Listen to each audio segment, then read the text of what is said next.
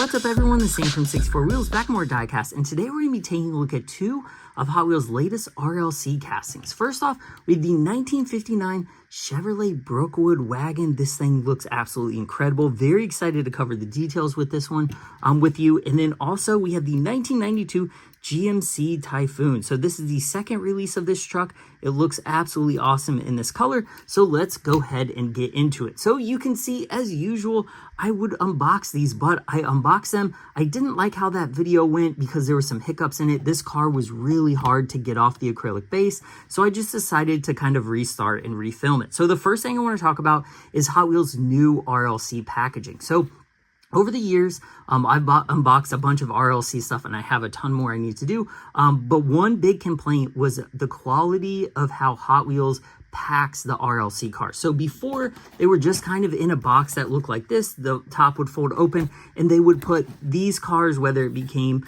in like the little box, the acrylic like case style, or the card, they would just put like a little like pillow pocket of air in there or nothing at all, and the cars would be bouncing all over. So there's a big possibility that you would get this box and it would have a dinged corner, or the box wouldn't be taped and your car could be missing. A lot of hiccups with that. But now they have a new style. So this is how they ship the acrylic case cars now in this little box. The shipping labels actually go on the box. They tape it up very well. It's not just one piece of tape like the old one. So it's taped up very nicely, and it has the number on the outside so you can like Google it and see what it is. Open it up, and the case is in the box. The car is in here. Very nice, very solid. It's not going anywhere. So big improvement there. The only thing I've noticed is that the couple I've got with these in open, that you can kind of see the corners of these, the boxes kind of get like pulled up a little bit, as you can see there, like that, from getting put in there. But it's much better than it was just flopping around in there, because we don't want flop. So very nice to have that new box style. And then also they did an upgraded box for just the regular carded stuff. So instead of the floppy style, they have this one, which actually has some cardboard supports in there.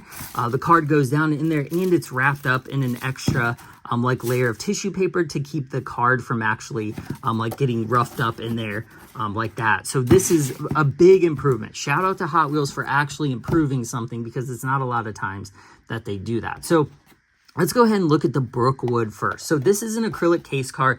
These are most of the time the more expensive style of RLC cars. I will put the price up here in the corner because I don't remember after taxes and shipping how much this was, but I believe it was over $40 or very close to the $40 price range. So you get the white outer box, pretty common for these, and then you get this really nice acrylic display cover, and I think they did one of the better jobs with this one. So full color printing looks great. I love the top of this box. So it's a specializing in Spectraflame paint colors. I love how it looks vintage and new at the same time. They did a great job design there.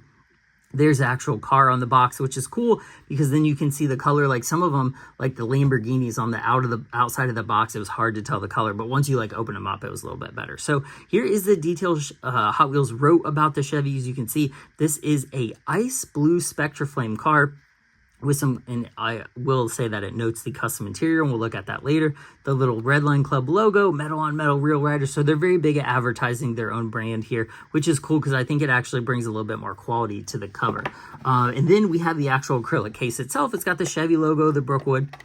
I had a really hard time getting the rear screw out. It was almost stripping because it was in there so tight. So that was like part of it just took me forever, and the video just didn't go well after that. But it does have a little bit of a car protector in here. So as you can see here, this goes up inside the case, and then it goes against the car like this. So it protects it from the hood opening or anything else opening, because it does have two moving parts, which I appreciate. Hot Wheels, like, that's a really good, it's like a signal of quality when they do that kind of stuff. But as you can see here, that little mark right there is oil from the tire, because it was pressed down to the chassis or to the base so tight with the screw that it actually started leaching some of the rubber, which we usually don't see on RLC models. So that was a bit of a hiccup on this one, but the model itself looks absolutely fantastic. So this is not a very hype casting. It's not a super popular car. This is one of the more obscure castings.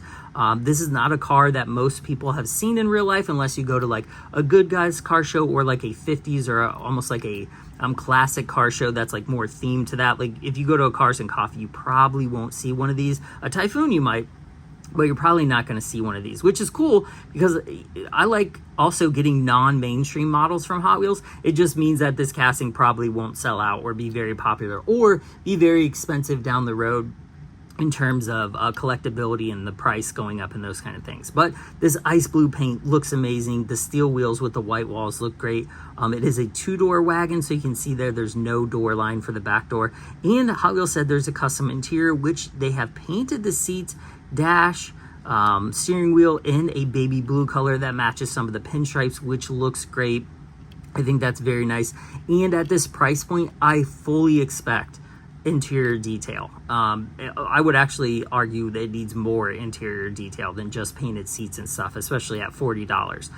But the cool thing about this one is it does actually have two moving parts. So you can see there the Hot Wheels license plate supposed to look like a California black plate, long roof. Taillights are good. Tampos look pretty good. These are all pad printed tampos, so they look pretty good. There's no garbage printer style on here. So one of the moving parts is the tailgate that drops down, but it is a little tough to get down. There it is. There we go. So the fitment is okay, but this is how it went in real life. Like I don't think it folded flat because of the bumper and how big the tailgate is, but you get a little bit of teal paint on there, and you can see in the back, not a lot of detail. There's just a little bit of silver right there. It would have been cool if they put like wood looking tampos or something in the back. I don't know, just something to spruce it up, just because it is a little bit more expensive. So, and if it's a feature, like if you're supposed to look at that, like, you know, if you can drop this tailgate down and look in there, it should be more detailed, right? So go ahead and close that up. Really nice. I do like that they added that. And then the second moving part is the hood. So again, this paint looks great. I will say over the past couple of years, I've opened some Hot Wheels RLC cars and some of the paint wasn't great, but over the past year or two, they've really stepped it up. I think the paint is a lot better. I'm getting less errors, less hiccups in the paint, so that is a good thing. So packaging good, better quality is good as well. So under here, you get a flat black engine bay with that 409 engine with those dual carburetors on top. You don't get a ton of detail. So if you own any type of older muscle car or carbureted engine car, there's not a ton of detail on them. It's basically just a big block engine or a small block, and it's silver, black, orange, blue, whatever color the block is, and then some detailing. So this one doesn't have a ton of detail. It's just silver with a little bit of gold or bronze on the valve covers and the air cleaners on top. But I wish they would have put like Chevy or 409, like the cubic inches or something in there. It just, to me, it needs a little bit more detail for the price point. But overall, it's not a bad model. So the question you really have to ask yourself with this one and the Typhoon is this worth $40 to you? Is this something you would pay $40 to, especially since you've seen it now open and seen some of the details? I don't know if somebody just straight up handed me this and was like, hey, this is $40. I'd be like, I don't think I'm going to pass. But having the case, the whole presentation of it does make it a little bit better. The price easier to swallow, but it is very expensive for a diecast nowadays, especially one that doesn't have maybe like the best details to it. So next up, we have the regular carded, little bit cheaper, 1992 GMC Typhoon. Very nice card art. They do an excellent job with the card art on the actual carded versions as well. The cool thing about these, if you bought these before, you'll know this. It has a like see-through card on the back, so the truck is there, so you can actually see the entirety of the truck basically, or the car, without opening it. So a lot of people don't like to open these, they like to display them. So it is very cool to be able to see, 99% of the car through the card without opening it, if that's what you're into. So this one is actually made after the Apple Red Typhoons, only 345 of them out of the 24, almost 2,500 in 1992 were this color. So this is a red Spectraflame finish. So one of the things I don't like about the RLC, which people argue this the whole point of the RLC, is the Spectraflame paint. I think that makes the cars look less realistic. Like this one does it okay, because it's supposed to be like a hot rod with wild paint. I get that. I think it works better on the classic castings like this, but like a 92 Typhoon doesn't need to be chrome red. Like, they weren't chrome red in real life. They were just a gloss paint color. So I think when Hot Wheels does the Spectraflame paint on everything, I think it looks like, to me, this looks like a bit of a toy that's just been upgraded for collectors. So cars like the Acura Integra that were just white and yellow, just like gloss colors, I think those look so much more realistic. Even some of like the dinner cars, or times they use RLC castings in other lines without Spectraflame, I think those look so much better than the Spectraflame cars. I don't know. Are you a fan of this? Like, do you like the Spectraflame paint, or would you like them to like sprinkle in some just regular painted gloss cars in the RLC? Because I definitely would. Like, this in just gloss red would look incredible. So to that, the paint does look nice. Spectraflame red, it's overall pretty clean. I've got some fingerprints on it. It's very hard. Like, Spectraflame in general is really hard to keep clean. So that's why I will, like, people who wear gloves on video, I'm like, I don't need to do that on most cars. But like with the Spectraflame cars, because their paint is so like soft and glossy, like gloves are probably suggested on this one. But we have these 6-spoke like satin color wheels. They're like almost like a graphite color. The Typhoon graphics on this look pretty good. We have it on the taillight, or the tailgate as well. There is taillights on this that do have detail. Hot Wheels Bad Apple, again, that's supposed to look like a modern California plate.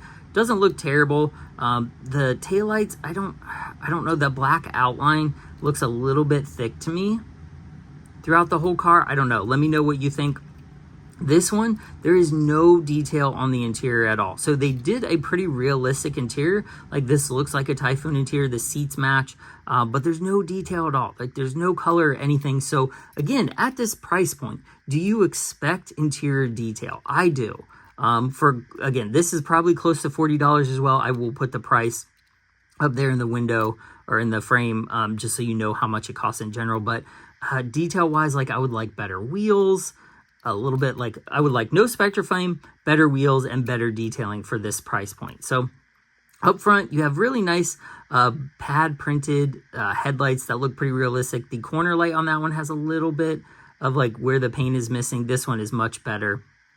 But overall, the side marker lights, I don't think they go up that high in real life. Like, they just look very large compared to the headlights. But got the GMC in the grille, the flat black grille, the painted bumper, painted turn signals or lower lights.